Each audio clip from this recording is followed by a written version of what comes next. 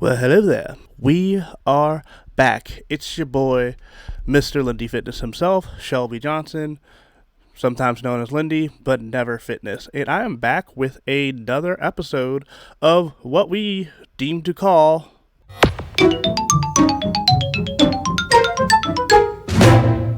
our R&R. And this series is a lot of people will farm for information on like public forum spaces like Facebook, Discord, or even Reddit. And some people get some decent answers. But I'm going to come in and kind of smooth the edges, or make the edges more angled, whichever is needed. As a person who's been a personal trainer for over 10 years, has a bachelor's degree in athletic coaching education, and a master's in sport leadership and coaching, and all that jazz. So let's get right into it. This episode, we're going to Swing Dancing Reddit, and we got Doc Sunset requests for wobbly knee protection tips. I noticed when I go ham on movements with a lot of side-to-side knee movement, e.g. Shorty George, that my knees feel a troubling itch. Are there any common pitfalls I may have slipped into? Any protective exercises I can look into to make my knees bulletproof? I want to still be dancing by the time I'm 102, so any advice is much appreciated. Once again, they had the word exercise. You said the secret word! So that's where I'm going to come in. And also, like the TLDR, what a lot of answers they got. Folks from the page, they offered good advice about strengthening the legs, like specifically strengthening the thigh muscles with movements like squats and deadlifts and lunges. There's actually somebody who also pulled something from a fitness social media personality, Jeff Nippard, who's a very scientifically based lifter, bodybuilder, and power lifter. There's a lot of great knowledge there. They got to give a full workout regimen that he does with for a three time a week workout program, like a push-pull leg split, which is one of my favorites. So let me know if you want to know more in details about something for me to talk about in the future. But yeah, they had one of his workouts. They had a little bit like kind of troubling stuff, talking about how adductor, inner thigh muscles that allow you to bring your leg back up under your hip, and abductor, which has your leg be able to extend out sideways, like away from the center. So like kind of go out for a horizontal split is optional, and also have calf work is optional. We're going to get back to that. That's kind of like what kind of threw out a red flag for me, and I actually comment on the post. I'm not going to reveal what my Reddit name is, but if you go to Reddit and find this, you'll actually see me comment and actually kind of push back on that individual, and I'll get into that a little bit more later in this video. They do talk about core strength. It always seems they mention core, but also keep it in a very mythic way and never really get into detail of how that totally plays into things or what core is. When it comes to knee pain, we're going to go talk about what's called the kinetic chain. The kinetic chain is a philosophy on how the body and everything from your head all the way down to your feet is linked, and injuries and issues can occur due to weakness in one link in the chain, which will cause issues at other parts of the chain. So if you have a chain kind of facing down and you kind of like put one link of the chain out of place, you're going to see other places kind of falter in like that at the chain. So once one link, you're gonna have like either a link above it or below it kind of go like get out of sync.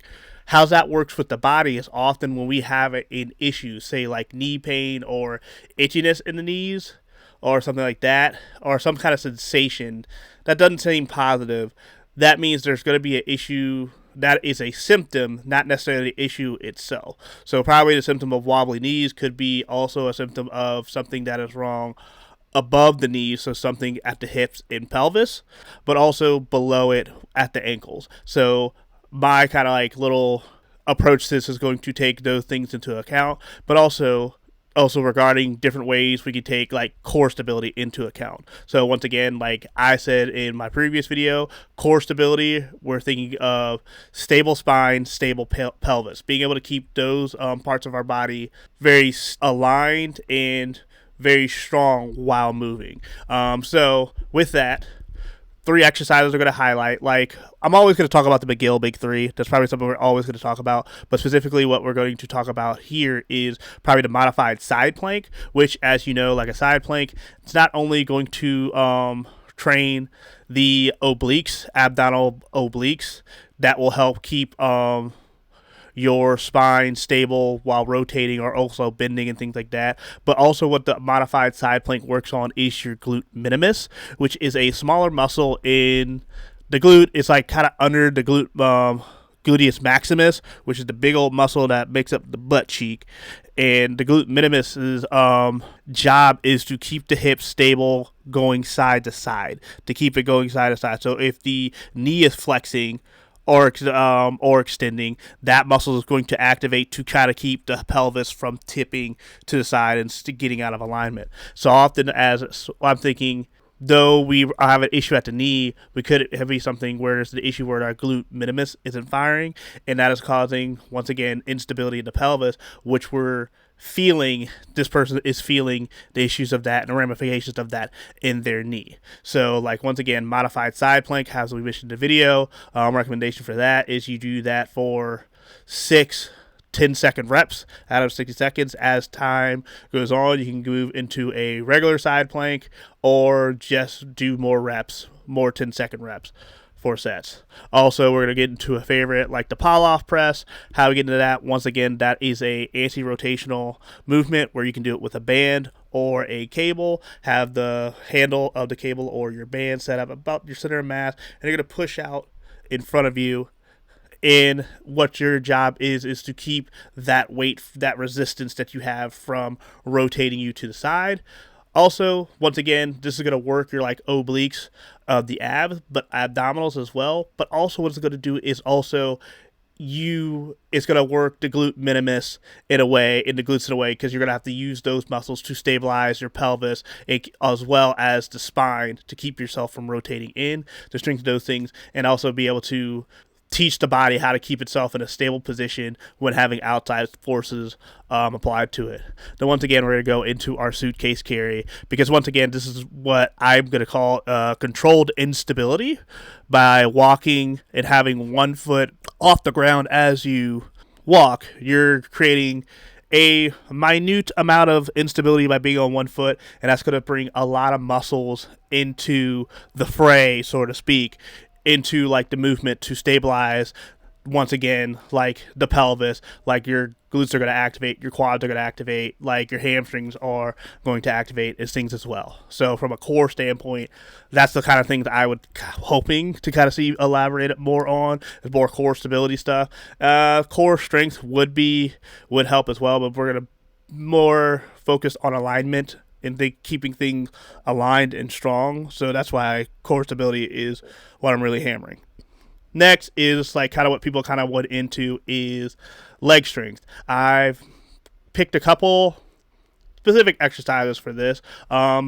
Two very anterior focus or the front or quad focus. One being a goblet squat, because I'm assuming this person is a beginner. A goblet squat is a very good beginner movement. It's going to help with core strength with the weight being in front of you, and posture, have tried to keep a more upright posture and things like that. Once again, we're loading the spinal column and the pelvis to try to teach them how to be strong under duress.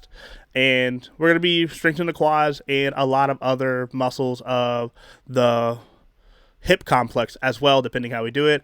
I am a ATG kind of person, or ass to grass talker, because I think just functionality, that just brings more functionality and ability and gets more muscles involved. It makes you just a better mover and a better athlete to be able to accommodate for that. Now, if you have like issues of like tightness in your hips and things like that, or like hamstrings, that, do what you can. We may need to regress to like a box goblet squat, where you kind of go down to a box, sit down, stand back up, or even have, if you have ankle mobility issues, have your heels elevated with a plate or something to allow yourself to have better ankle mobility and things like that, which we'll get to ankle mobility to begin with. Hold on a minute, player. All right, so quick addendum. As I've been utilizing a pause squat variation in my training to rehab some particular injuries to my inner thighs and remove some knee discomfort, I realized that the approach I used for this video was all off. And instead of starting with where I was, go from a bottom-up concept brought to you by like Zach Thielander, who's a weightlifting coach that I follow.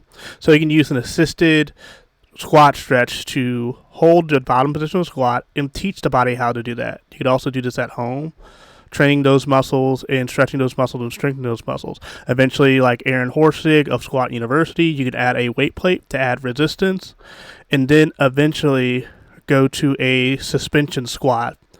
And as you master those movements, then go to the goblet squats and the other variations that I put. Back to the show. Also, with things like that, we can have our split squats, which is your feet are in a split position, kind of at the end of a clean and jerk. You've ever seen Olympic weightlifters do the clean and jerk? The split position is when they jerk, press the bar overhead, and split the feet apart into a split stance. So we're going to be in one of those situations. Feet are going to be up under us. We're just going to go down most of the weight bared on the front foot that's flat on the ground, back foot, heel off the ground, toe on the ground, and really just going to keep the weight tripod foot in the middle. So weight on two sections of the ball and the heel, push through the middle of the foot.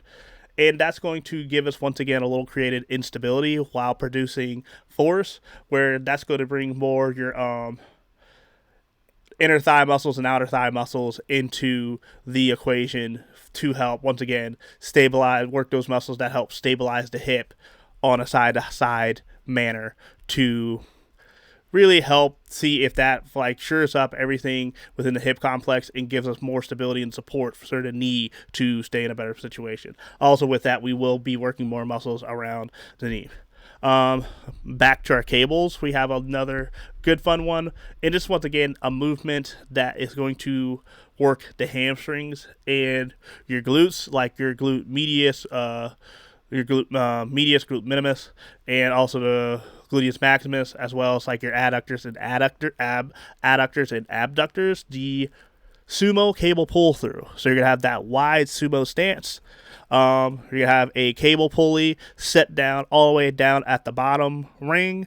You can do this at home, like with a band. I've had clients do this where they actually tied a band to the leg of a bed frame, heavy bed frame, something you can't move, and you have your feet outside your shoulders, toes pointed out, and you kind of reach through, you'll grab your rope. You're going to use a rope attachment for this mainly, or your band, and you're just going to keep a straight back, flat back, and just push through the feet, drive the hips forward, and really use your glutes and hamstrings to move the weight as you come up from a like kind of horizontal position to more of a vertical position, and really squeeze the glutes to the top. It's really going to strengthen the hamstrings, the glutes, and get more of the glute minimus and glute medius as well. Those muscles that really work hard to keep the knee stabilized. Well, the hip stabilized. The hamstrings are also another muscle that keep the knee stabilized that a lot of times people don't really think about. Then also with that, to stay with strengthening our posterior chain, our muscles in the back, I went with a kickstand RDL. Different from your standard RDL, where RDL is going to be a 2 feet hips width apart, and you're going to hinge, bend and snap down, but instead you're going to have a slightly staggered stance, not as staggered as say the split squat, but you're going to have one foot flat on the ground, back foot heel off the ground, and you're just going to hinge, let the knees bend, push the hips back. Once again, we're doing a bend and snap, and we're just going to isolate one leg at a time. And with one leg, the reason why we're doing one leg is, once again, we're creating a controlled instability. More muscles are going to come into interaction with the movement to help produce the movement and keep a lot of the bones and structures stabilized. And we're going to work a lot of those stabilizing muscles that might be asleep around the knee and in our hip. So with that, going into our mobility exercise section, we covered a lot of the things that have gone like above the knee. So we thought about like the thighs and the glutes and things like that. Now we're going to go below the knee and things like that. And if you ever seen me warm up at a dance event, we're going to talk about our ankles.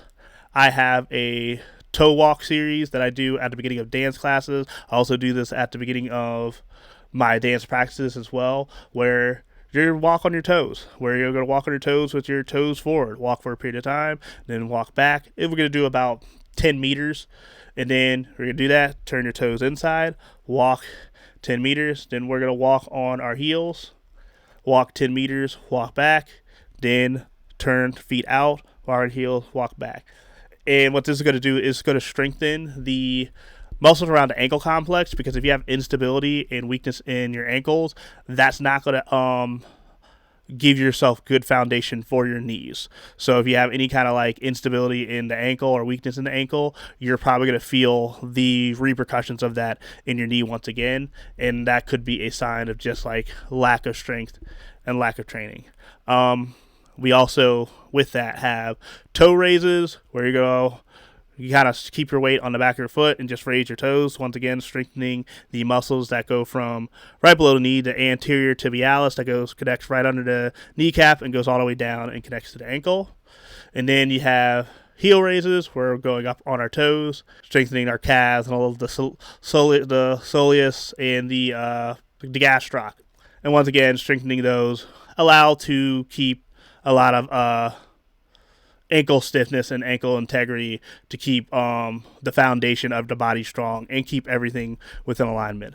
When it comes to SMR, you definitely want to be looking to release any tightness in your calf muscles and your peroneal. So we know where our calf muscle is that lower leg muscle under the knee on the back, that if you have like really big ones, very easy to see. But lesser known for those is the peroneals, which is pretty much the outside of that. So if you're someone who's had a propensity of rolling their ankles or having a lot of like sprained ankles, this is the muscle you need to look into, like rolling. It's going to hurt like all hell. I'm not going to lie to you. But that's going to give you probably more relief and more mobility over time to be able to stretch more and things like that. Also, you want to also roll out the quadricep or the rectus femoris, like your big thigh muscle on the front, because a lot of studies have shown is tightness in the quad, which limits mobility and movement of the knee, can be a proponent of knee pain. Also, a lot of times if you have a job that you do a lot of sitting, you might have the same issue with with your hamstrings being tight as well, and as a lot of like ligaments, like your ACL and things like that, like connect right to the hamstring muscles. Having those be looser and being released is also to bring more comfort to your knees as well, and could firm up like the wobbliness. Also, be able to strengthen those muscles will also probably help with the wobbliness, as well as like the more I kind of think about the whole thing of what the person wrote, I'm thinking more things is going to be more of a strength issue rather than a mobility issue. But like anytime you work on making muscles stronger, you want to be able to have them have good range of motion as well. You don't want to just strengthen them and just like a lot of muscles to get super short and tight. But it could be very well that their wobbliness is due to tightness in the hamstrings, and they're just not able to fire and move correctly, so these will be in a very sure position. And lastly, we have a good movement that will strengthen like your adductors and abductors, like lateral band walks. Like I do these with a usually big long bands, where I kind of stand on the band, pull it up for resistance. I'll usually have a purple band or something like that, and I'll slowly controlled take a step out, like separating my feet sideways, then kind of bring in a very controlled motion my trailing foot back together. And that's kind of to once again get some activation out of those lateral glute muscles. So my glute minimus, glute medius, also my abductors and adductors are going to be working in those time as well. And I know for me, as someone who's been an avid squatter, like powerlifting and things like that, and dancing, I've had my fair share of like knee pain and knee issues, and knee instability. But as I kind of like zeroed in and worked on a lot of these different things, I've had less pain and discomfort as I've danced and as I've like weight trained. So and this is once again a very brief kind of synopsis of the whole thing of what I would assign to somebody about first. There's also a multitude of ways that you can take care of this that can be shown if like done, that can be taken care of depending on the individual and what is shown in a movement screening. So let me know what you think. That's pretty much all I got on the matter. If this was helpful, please give this a good comment, share it with your friends, and give it a like. And till next time. All right, and that is another episode of R&R. Let me know in the comments if you found this helpful and useful. And once again, I want to give a shout out to all my patrons supporting me on Patreon. Please check that out and check out my Patreon store for some exclusive workouts. And once again, I want to give a big shout out to my main men, Black Retro Gamer and Wolfen Films. You can check out all my socials. So once again, love is love, gender is a spectrum, Black Lives Matter. Watch yourself, protect yourself, men, express your feelings. Take care.